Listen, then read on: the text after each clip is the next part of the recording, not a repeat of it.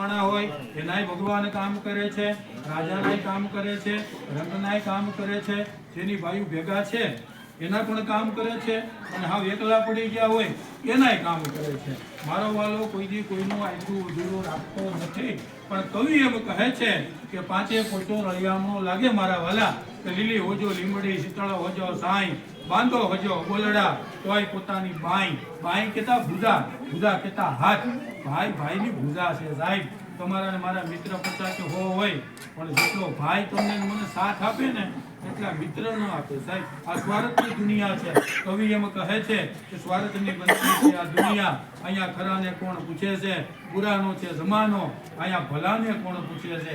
ભાઈને ભાઈની જેટલી પીડા થાય ને એટલી બીજાને ન થાય. પણ જો ભાઈ રામ લક્ષ્મણ જેવા હોય, એમ કહેવાય છે કે ભાઈ, એમ કહેવાય છે કે વિભીષણ જેવા હોય, તોય ભાઈ ભાઈની વેદના સમજી શકે. આપણા જીવનમાં દુઃખ આવે, સંકટ આવે, પીડા આવે, અને આપણો ભાઈ કે આપણા બાપા માથે ખંભે હાથ મૂકીને કહે કે ભલા હમણાં મૂંઝાતો નહીં હો, હજી તારો ભાઈ અહીં બેઠો છે. ગમે એવું દુઃખ હોય ને સાહેબ, અડધું હળવું થઈ જાય હો આપણું. આ પણ હકીકત છે. અને એમ કહેવાય છે કે મારા વાલા હપીને રહેવું, કાંઈ લાવ્યા નથી, કાંઈ લઈને જવું નથી, પરિવારની અંદર આનંદથી રહેવું. ભગવાને આપણી કાયા પંચભૂતની બનાવેલી છે. તમારે ને મારી પાસે આ દુનિયામાં રહેવા માટે કેટલો સમય છે એ કોઈને ખબર નથી સાહેબ. આપણા દુનિયામાં કેટલા દિવસ, વર્ષ કે મહિના રોકાવાનું છે એ કોઈને ખબર નથી સાહેબ. પાણીના પરપોટા જેવું કીધું છે સાહેબ. આને ફૂટતા વાર નથી લાગતી. એટલે જીવનમાં કોઈ દે અભિમાન કોઈ દી ક્યારે કોઈએ ન કરવું સાહેબ. અભિમાન કેતા હુકતના ઘર બધાયના હેઠા છે. માણસના જીવનમાં સાહેબ 3 વસ્તુ વહી જાય ને એટલે માણસ જગતમાં તરી જાય છે. પેલું એક હઠ વહી જાય એના જીવનમાંથી, એક એમાં કહેવાય છે કે માન વયું જાય, અને ત્રીજું એક ઈર્ષ્યા. 3 વસ્તુ એવી છે ને કે માણસ પોતાના જીવનમાંથી કાઢી નાખે ને એ માણસ સમાજમાં તરી જાય છે.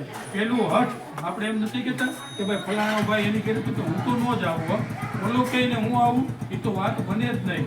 એને આવવું જોઈએ, એના ભાઈને આવવું જોઈએ, પોતાને આવવું જોઈએ. એની બાઈને છોકરાને કેમ મળ્યું, હું એની ઘેરે નો, અને હઠ કહેવાય સાહેબ.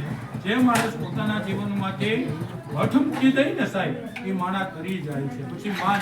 આપણે બધા માનની અપેક્ષા પેલું જીવન જીવીએ છીએ, કોઈની ઘેરે જાય અપેક્ષા રાખીએ. મને આવો એમ ન કીધું, મને બેઠવા માટે ખુરશી ન આપી, જમવા બેઠા હતા તો ટાઈમ ન કરી.